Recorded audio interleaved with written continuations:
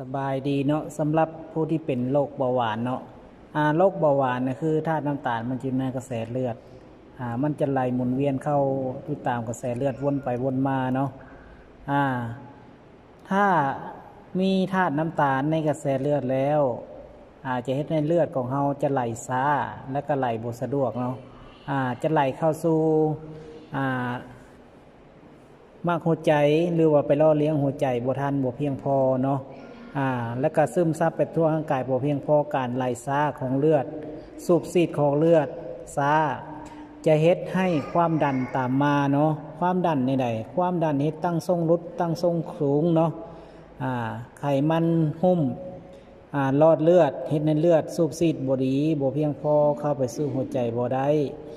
คนที่มีอาการแบบนี้จะมีอาการวิงเวียนหน้ามืดตามัวคือสิเป็นลมเนาะอาการเหล่านี้เนื่องมาจากเส้นเลือดของเฮาคือมีไขมันเกาะหรือว่าหุ้มห่อหลายเกินไปเฮ็ดให้เลือดสูบฉีดบ่ดีถ้าเลือดสูบฉีดเข้าหล่อเลี้ยงหัวใจบ่เพียงพอหรือช้าจะพาอาการโรคแทรกซ้อนตามมาคือเฮ็ดให้หน้ามืดตามัววิงเวียนหัวประดงข้อ